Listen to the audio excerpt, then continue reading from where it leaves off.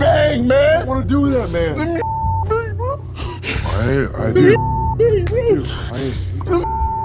I do. Let me bang, I man. do let you bang. Hey, Let me bang again, man. I'll let you bang. I'll let you bang. This is Combat Sport Talk with your boy, Onan Kafar. The question of the day is, would Ronda Rousey have went to the WWE if she would have won her fight against Amanda Nunes? Alright? Now to me, the answer to that question is no. She would not have went to the WWE if she had won that fight. Alright? I heard a lot of people saying that she probably would have won that fight and retired, but no. She would have stayed in the UFC if she had won that fight. For the simple fact that, you know, her whole career was built on her being dominant and her being a champion. And with her getting beat 2 times in a row, you know what I'm saying? With her being beat 2 times in a row in that fashion, the way she was, the way she did, she don't want to get beat a 3rd time that way. So what she did, she tucked her tail between her legs and she ran off to Vince McMahon and the WWE to do some fake fighting or do some simulated fighting. That's what she did. All right. See, Ronda Rousey, she was basically awarded that UFC bantamweight title. All right. It wasn't no tournament set up. She was awarded that. And then she was fighting girls that wasn't even in the top 5 really. Almost for the whole time she held that belt. And even Holly Holm wasn't in the top 5. I think she was number 8 at that time. And she was giving opponents, you know what I'm saying, that was at a disadvantage. She never went against real strikers and stuff. She always went against wrestlers, which she had an advantage over. You know, and she fell into her hype, and everybody know that she's emotionally unstable, you know, because I went back and I saw the Ultimate Fighter 18, and this girl here, she's a real bitch, all right, and she's real sensitive, and she's a bully, you know what I'm saying, and you know, she find anything in any way to take stuff personal and to hate on people. You know, she can say what she want to say, do what she want to do, but as soon as anybody say anything to her, do anything to her, oh, now it's personal. It's so many times that she talked trash about her opponents, disrespected her opponents, didn't shake their hands before the match, didn't shake their hands behind the match. I mean, after the match, you know, and now she can't handle her losses. She only lost 2 matches. You know, she do not have a heart of a fighter. You know? So she would have stayed if she won. She would have stayed. Because she would have made, it would have been history that she was the first woman's bantamweight champion to get the belt twice. But she couldn't achieve that. I mean, she did take that 2nd loss better than the 1st loss. Because the 1st loss, she was wanting to commit suicide and went on this pity party rage, going on tour and everything to make everybody feel sorry for her. When she said she was glad that she broke Miesha Tate's arm in that first match, the first match they had. When she's sitting there saying that she can beat Floyd Mayweather, or people thinking that she can beat men in the at 135 and everything, you know, as long as everything was going her way, she was fine. As soon as the media started talking about her, she started folding and falling to pieces. Dana White should have known. He should have known in the beginning that she was unstable. She don't have a heart of a champion. She can't take losses. There's people that have more. Amanda Nunes has more losses than her, I believe. And she's still stuck around. And what she is now, she's the champion. There's plenty of other females in the UFC that got more than 2 losses. and they're still there. They didn't break down. They didn't want to commit suicide, but she did. They didn't tuck their tail and run up to WWE. You know what I'm saying? And I believe the reason why she took the second loss better is because they say she made $3 million, but I believe with the ticket gate and all that, she ran away with about between $6 and $8 million. You know what I'm saying? So she didn't get better. You know what I'm saying? I don't even think she tried to get better. She got mollywopped twice, and she's scared to get mollywopped a third time.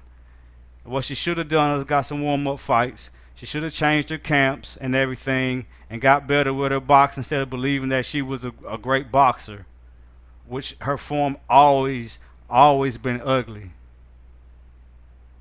She's a great judo practitioner and everything. I'm not taking that away from her. But for her to believe that she can stand up and box with the two women she lost to, she lost her mind instead of sticking to her game plan.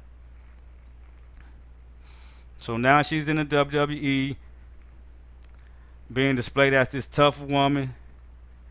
But really, she's not a tough woman. She's strong, but her mentals is not right. Her mentals is not right.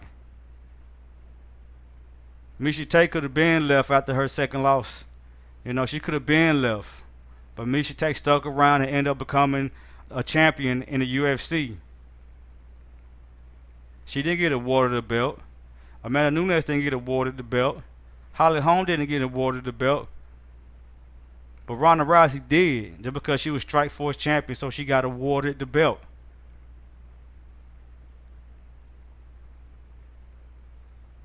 You know, and people try to say that she paid the way for women's martial arts and everything, but still, she was given lesser opposition the whole time. And they thought that Holly Holm was lesser opposition, which she wasn't. They really thought that she was going to be able to beat Amanda Nunes, which she didn't. Everybody really thought that she can beat Floyd Mayweather.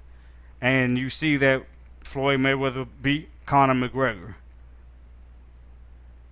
And whether people believe that Conor McGregor hung in there, I tell you like this, Floyd Mayweather played with him. Alright, but that's for another video, and I'm going to do a video about that later on. So all I'm saying is that Ronda Rousey was not a true champion. She's not a true fighter. She's a sore loser. As you can, if you look at Ultimate Fighter 18, she's a very sore loser. You know, she's not really a good person. She said everybody else is not a good person, but she's not a good person. You know, a bully. That's all she is. She's a bully. Why you think when she was fighting in Strikeforce, she was fighting at 145? Why you think she moved down to 135 to fight Miesha Tate instead of staying at 145 and fighting Chris Cyborg? Because if she would have done that, she probably been left mixed martial arts after getting mollywopped and crushed and destroyed by Chris Cyborg. So instead of staying at 145, she moved down to 135 to take on Miesha Tate, which is the lesser opposition. She's not naturally a 135er. You know, and I'm not, a lot of the women that's not naturally 135er, but she perfectly moved down to get that belt because Miesha Tate's a wrestler, and that's a disadvantage because Miesha Tate's not really a striker. So she went on that, and most of the women she fought was wrestlers, and you know the UFC fed these people. The UFC and the media built her up, this big hype machine, only for it to come crashing down later on. It only takes a matter of time. It only takes a matter of time for somebody that's not a complete fighter to be exposed. It only takes a matter of time for somebody that don't have a heart of fighter to be exposed, and she was exposed. So to me, she shouldn't go down as the greatest because her heart wasn't real for it. Just as long as she was smashing people, it was all right. There's been plenty of UFC fighters that got knocked out cold, but they still stuck with it. You know, they stuck around, trained harder. If they had to change training camps, they did it so they can get better because they had a love for the sport. You know, but she built up so much fame that she couldn't handle it when people was coming against her. It was all good when she was getting all the love, but she can't take it when the hate come in. How many people in combat sports get love and then when they falter they get hate, but they still hang in there? You have to show and prove. You lost 2 matches. That's it. She lost 2 matches and that's it, and she gave up. She went away to do some simulated fighting with Vince McMahon. To portray like she this bad chick now. So yeah, she would have stayed if she beat Amanda Nunes. She would have stayed. But since she lost in the manner that she did, since Holly Holm exposed her and ragdolled her and knocked her out cold, and Amanda Nunes put that butt whooping on her in like 48 seconds, she's out. She don't want that humiliation no more. She don't want to come back from that. You know? It was a great run for her, but it's over. It's over. It's over.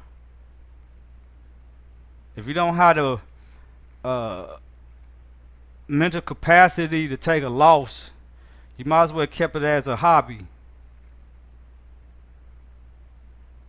If you can't keep your emotions intact, you might as well have mixed martial arts as a hobby.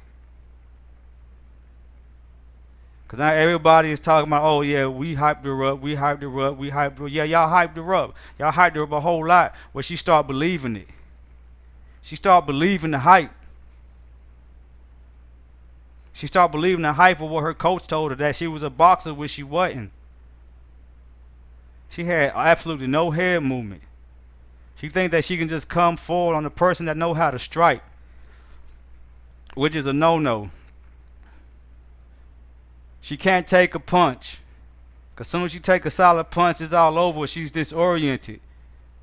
She don't know what to do after that. She don't know what to do after that. She got Holly Holm made her look silly. Alright? Holly Holm killed her.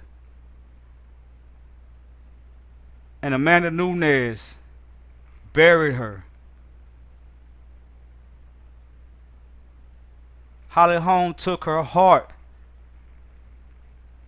Amanda Nunes took her soul and took her career. After that Amanda Nunes match, Ronda Rousey couldn't wait to get out that ring and go collect that doggone $6 million that run to Vince McMahon. She couldn't wait. She looked like an amateur in there with both of them ladies. And from my understanding, Holly Holm is still fighting, and she took a few losses. She still got more losses than Ronda Rousey, and she's still there fighting. That's a heart of a fighter, and that's a heart of a champion. And you can say whatever you want to say about Holly Holm, but she's the one that took, gave Ronda Rousey her first loss and knocked her smooth out. So y'all can say whatever y'all want to say about Holly Holm, but that's one thing y'all can't take from her. She humiliated Ronda Rousey. She picked her apart. She made her like an amateur. Holly Holm even took her down. Amanda Nunes didn't even give her a chance. You know? Her mentals is not ready for it. Her mental was never ready for it. For real. So that's about it. That's all I got to say about that one. If Ronda Rousey would have won that match, she would still be in the UFC today. But since she did it, she doing fake fighting. Alright, this is Combat Sports Talk with your boy Onan Kafar. Alright, I'll see you next time. Let me bang, man. I want to do that, man. Let me I do. I do. Let me bang, I man. do let you bang. Hey, Let me bang again, I'll man. let you bang. I'll let you bang.